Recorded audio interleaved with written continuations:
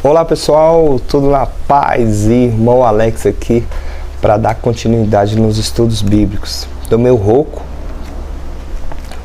peguei um resfriado aí, mas já estou me recuperando. Nós estamos lendo a primeira carta aos Coríntios, né? Nós estamos no capítulo 10. Eu sempre oriento os irmãos, quando estiver lendo, ler de forma linear.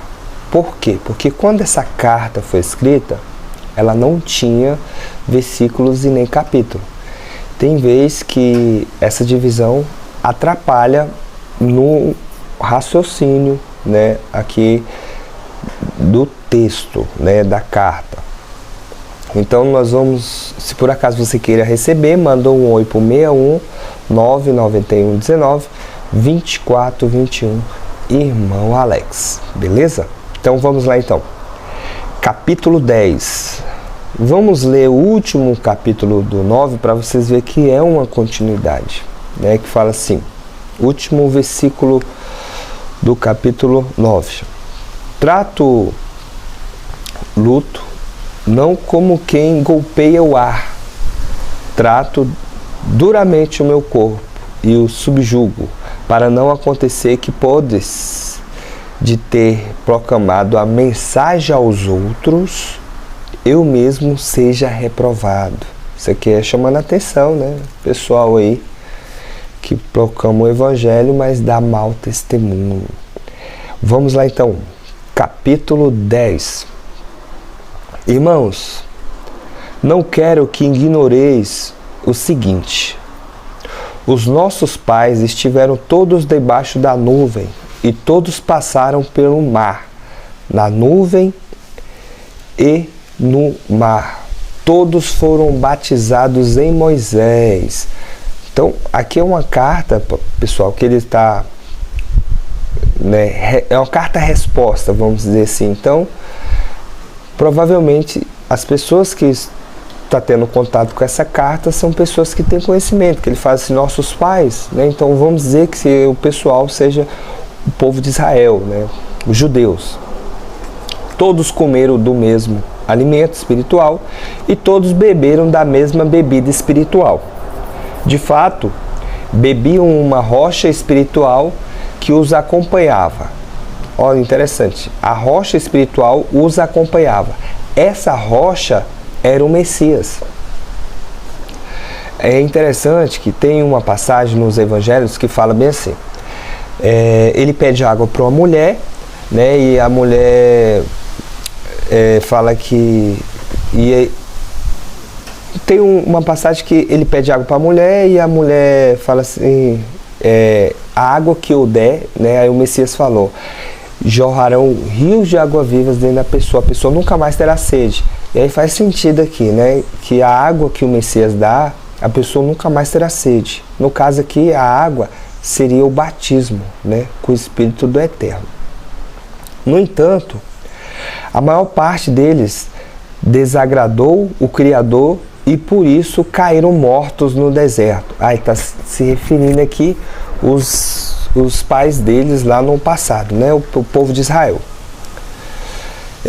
Esses acontecimentos se tornaram um símbolo para nós, a fim de não nos desejamos coisas má, para nós não desejar coisas má, como eles desejaram. Não vos tornei idólatras, interessante também, como alguns deles, segundo está escrito, o povo sentiu-se para comer e beber, depois levantaram-se para se divertir. Nem nos entregamos à prostituição, como entregaram alguns deles, vindo a morrer 23.000 num só dia.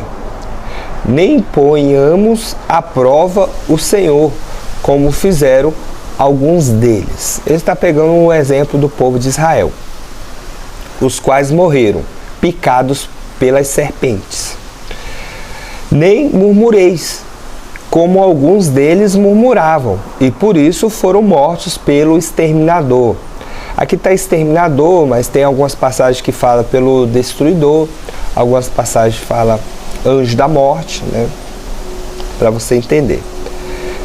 Isso aqui é interessante, pessoal, porque o povo de Israel foi o povo escolhido, né? Foi o povo escolhido, separado, né, para o Eterno. Só que eles deram, o Eterno deu vocês têm que seguir isso aqui, vocês têm que fazer isso aqui. Se andar fora da linha, vocês vão ter as consequências. E tiveram as consequências aqui que a história nos mostra, né? Vamos continuar. Essas coisas lhe aconteciam como um sentido figurativo e foram escritas como advertência para nós. Olha aí, advertência. Aos quais chegou o fim dos tempos. Portanto, que julga estar de pé, tome cuidado para que não caia. Não tendes sido provados além do que é humanamente suportável. O Eterno é fiel e não permitirá que sejas provados acima das vossas forças. Isso aqui é interessante, pessoal. Né? Então, assim, se for uma provação, né, assim, que tem a permissão do Eterno, eu estou falando aqui para as pessoas que realmente têm compromisso com Ele. Vai passar. Ele próprio vai dar o escape, né? É porque tem muitas pessoas que entram em algumas enrascadas sozinho, né? Elas mesmas se entram em alguns problemas, né? E depois acham que está passando por uma aprovação e de repente não é, né? Pelo contrário, junto com a aprovação, Ele providenciará bom êxito para que possais suportar. Tranquilo. Por isso, meus caríssimos, fuge da idolatria. Eu vos falo como pessoas esclarecidas. Ponderai vós mesmos o que eu digo. O cálice da bênção que o bebamos não é comunhão com o sangue do Messias. Está fazendo a pergunta. E o pão que partimos, né, não é comunhão com o corpo do Messias. Porque é um só pão. Nós, embora muitos, somos um só corpo, pois todos partimos desse único pão. Você vê que no contexto aqui está dizendo que o Messias, ele é o pão, né? Ele é o pão da vida, o pão vivo, né, que desceu do céu, conforme está em João. Considerai Israel segundo a carne, e os que comem das oferendas sacrificadas não estão em comunhão com o altar? Que direis então? Que a carne de um sacrifício hidráulico tem algum valor? O que o ídolo é alguma coisa? Digo o contrário, é aos demônios e não ao Criador que os pagãos oferecem sacrifício. Não quero que entreis em comunhão com os demônios. Não podeis beber o cálice do Senhor e o cálice dos demônios. Não podeis participar da mesa do Senhor e da mesa dos demônios. Acaso queríamos provocar os ciúmes do Senhor? Será que somos mais fortes do que Ele? É interessante, cara. Nos evangelhos tem uma passagem que fala bem assim: não tem como você servir dois senhores. Ou você vai agradar um e desagradar o outro, né? Então, a importância de nós sabermos, né, de fato, o que agrada o Eterno. Então, essas recomendações aqui nessa carta para os irmãos aos Coríntios, que estava tendo algum problema semelhante, é importante para a gente saber o caminho correto que nós devemos andar, né? Vamos continuar. Tudo é permitido, mas nem tudo convém. Tudo é permitido, mas nem tudo edifica.